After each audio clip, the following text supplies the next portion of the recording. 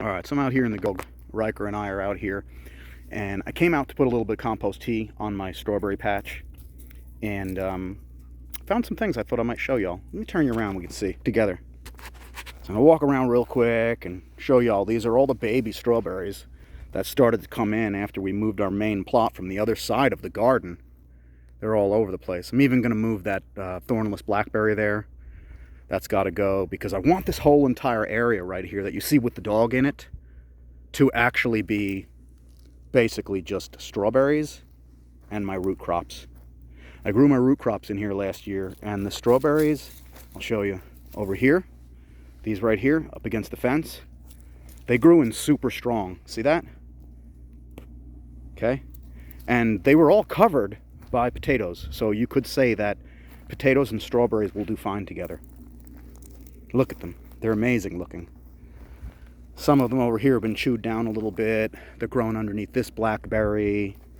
All right, this soil over here is relatively immature. I did plant some here, and those plants are pretty small, but they're actually starting to evolve. See that? And then I realized, I looked really close. Look really close. I see that all my flowers have been nibbled off. Yeah, it's been cold. We've had some nights in the very low teens.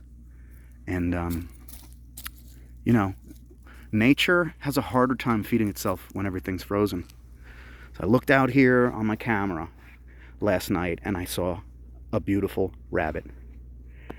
Apparently that rabbit chewed pretty much every flower and every little bud off of all of my strawberries. And then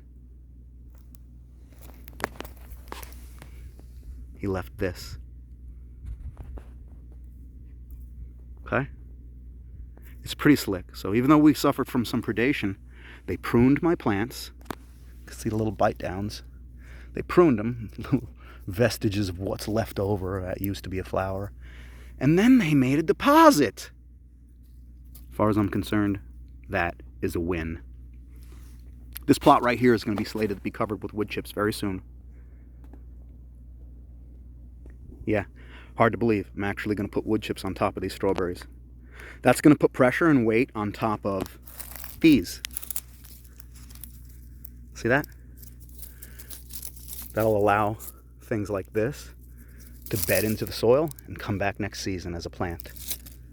You can see right here, same thing. It's already moved over. That's a new plant. This will break down. This will become a plant, and it'll start producing strawberries as soon as the season breaks. You gotta love this stuff, folks. Every strawberry you see here started from 3 plants that Creedmoor got many, many years ago from the Walmart that was getting rid of its either leftover stock or the stock that no longer was worthy of sale.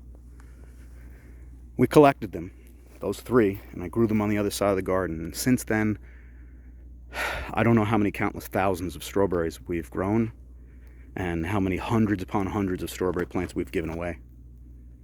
But the grace falls when you drop the seed. Be well, folks.